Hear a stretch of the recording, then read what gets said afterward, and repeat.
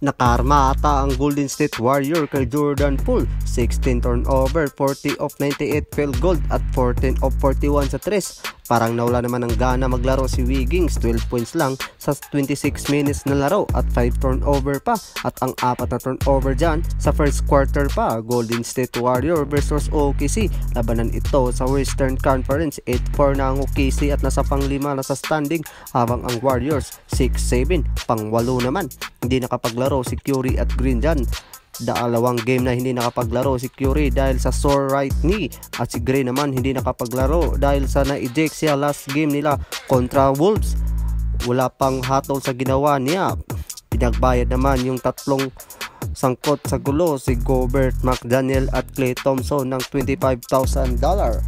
Tik tayo sa laro. Sa first quarter, natambakan agad ang Warriors. 8 of 21, 38% field goal at 3 of 9 sa 3 ang Warriors at 7 turnover, 4 na turnover dyan galing kay Wiggins. Si Kuminga naman ang bumubuhay ng opensa sa Warriors. 100% field goal, 8 points at 3 rebounds. Samantalang sa OKC naman, maganda ang kanilang momentum sa first quarter. Alex Thunder take over mo, double digit score sa first quarter, 11 points at 5 assists. End of first quarter, 39-24, 15 points na ang hinahabol ng Warriors.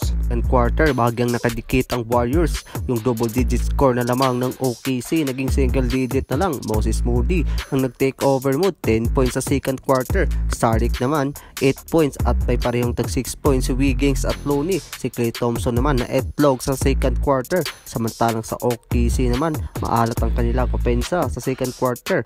10 of 21, 47 field goal at 3 of 6 sa 3. Although lamang pa sila dyan, pero single digit na lang. End of first half, 67-60, 7 point na lang ang lamang ng OKC. Sa third quarter, dikit pa din ang laban at naghahabol pa din dyan ang Warriors, pero single digit na lang. Si Kuminga ang bumubuhay ng opensa ng Warriors, 9 points at 2 rebounds. May parehong tag 4 points naman si Wiggins at Tariq. At si Klay Thompson, naitlog na naman, parang nakarma sa last game nila na na-eject siya. Sa OKC naman, Alexander ang may magandang opensa, 9 points. Si Holmgren naman, 5 rebounds at 6 points. End of third quarter, 94-85, 9 points ang lamang ng OKC.